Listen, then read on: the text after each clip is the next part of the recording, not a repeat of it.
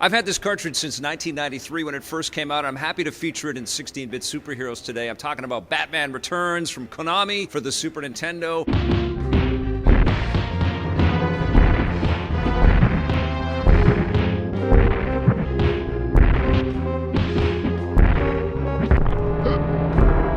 And last night, just before I started to film this, I tweeted out a question to everybody, a poll. Basically, what is the superior licensed beat-em-up for the Super Nintendo? Teenage Mutant Ninja Turtles, Turtles in Time, or Batman Returns? The Turtles won in a landslide. And at first, I was like, what? That can't be right. And then I proceeded to sit down and replay through this game again. And don't get me wrong, it's awesome. It is still awesome. But yes, it pales in comparison to the Turtles.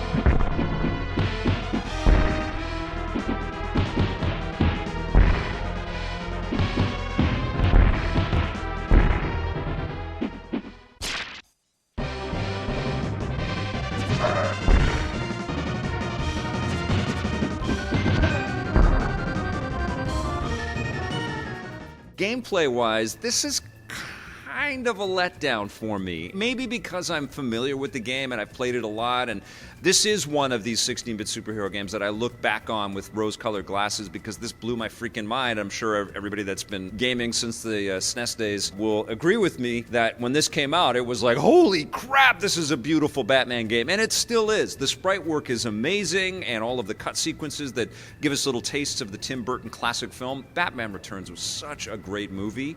Oh my God. If you haven't seen that movie, definitely see that movie. Michelle Pfeiffer, my favorite Catwoman of all time. She is just perfect in this movie. Meow. And Danny DeVito was perfectly cast as the Penguin. I am an animal! We're going to have new actors play these characters, and I'm excited to see how they're going to do. Things change. Christopher Walken is in this movie. It's an incredible movie. Yes, adulation is across the bear. There were a bunch of different Batman Returns video games made, but this was the bright spotlight. This was the game that looked the best and kind of, I think, felt the closest to what Tim Burton put up on screen. And that's still true when you look at it in 2020, but certainly you can pick this game apart for its repetitive gameplay.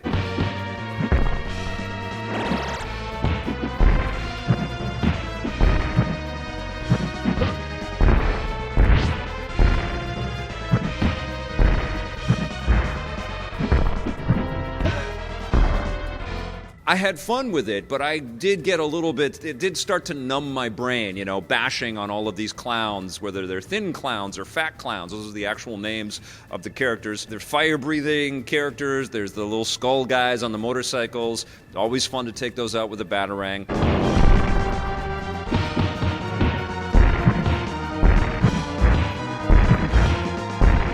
You've got some tools at your disposal. You've got that batarang that you can use. Some levels force you to be throwing the batarang consistently, a little bit like the Adventures of Batman and Robin game for the Sega Genesis. Not quite that manic, but for the most part, you are toggling between your grappling hook or your batarang, and the grappling hook works some of the time, depending on whether it actually connects with something. And you're scrolling. You're basically going left to right, punching and beating everybody up. My favorite animations are in the game are when Batman grabs somebody and throws them into the back wall, and maybe a window will shatter or something like that.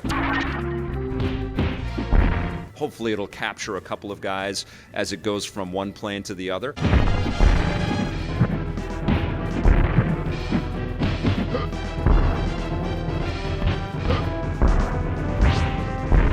Much like Final Fight, you have this kind of ability to go into the foreground and into the background a little bit, like not too much, but it still adds some strategy to the gameplay.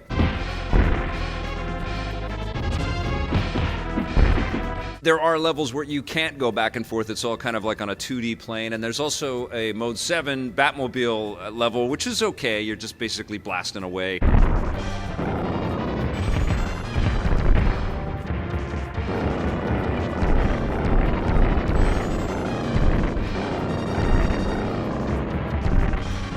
And I still have a problem with the guns on the Batmobile. You know, I know that they've kept doing that on all of the Batmobiles for the big screen, but it just feels weird. But anyways, you're in the Batmobile, the Burton-esque Batmobile, which was beautiful, and you're blasting away at all of these skull guys on motorcycles until you get to the big van boss.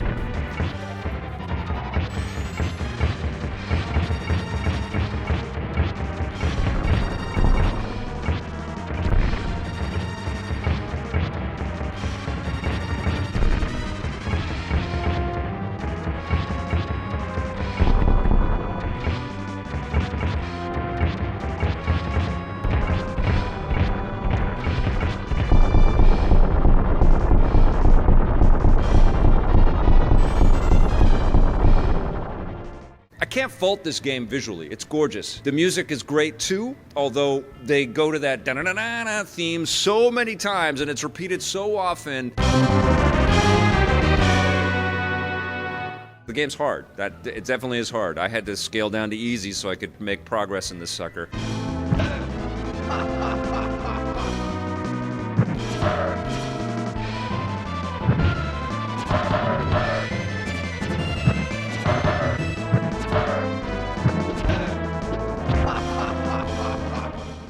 There's definitely moments where you're going to be dealing with a little bit of chaos and sort of bullet hell type moments and dodging and weaving and trying not to get hit. But, you know, the character moves slowly and it's a little bit cumbersome. I mean, at least he's got the jump move and at least he can whip around and knock everybody out with the super powered cape move, which takes a little bit of your health, Final Fight style.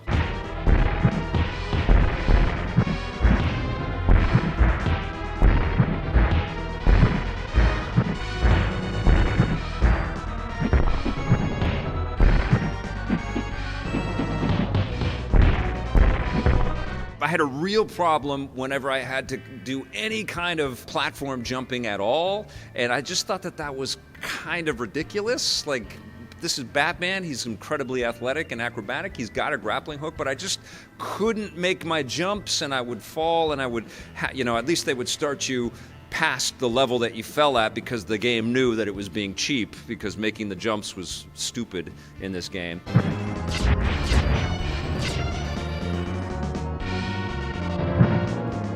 That was repetitive, and I just felt like I was doing the same motions and animations over and over again, and it almost felt like the game was kind of a comment on the lack of mobility that Michael Keaton's rubber suit presented itself to be on screen. You know, it always looked like he had to turn like a robot in order to do anything, and the game kind of feels like that. It's like robot Batman. I mean, it's a little slicker and smoother than that, and there's definitely some great details.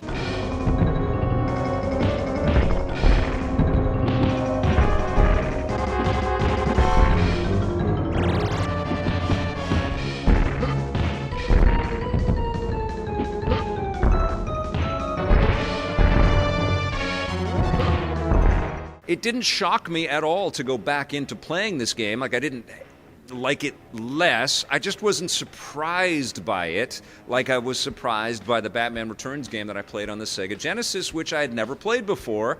I was surprised how much I enjoyed that one. This one, I think what I'm surprised by is that I don't enjoy it more than I did back then. Like, this is a game I'll never get rid of and I will cherish forever, but it is not the groundbreaking gameplay that I really would love out of a scrolling Batman experience. It doesn't reach the highest highs.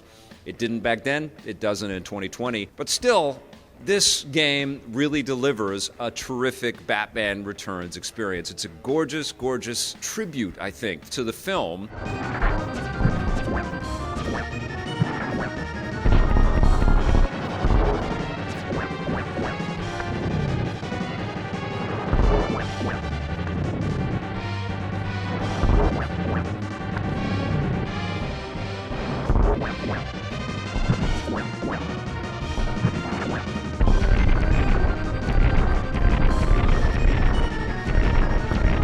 Still a definite pickup for any of you 60-bit superhero fans out there. I'm going to give Batman Returns an 8.5 out of 10.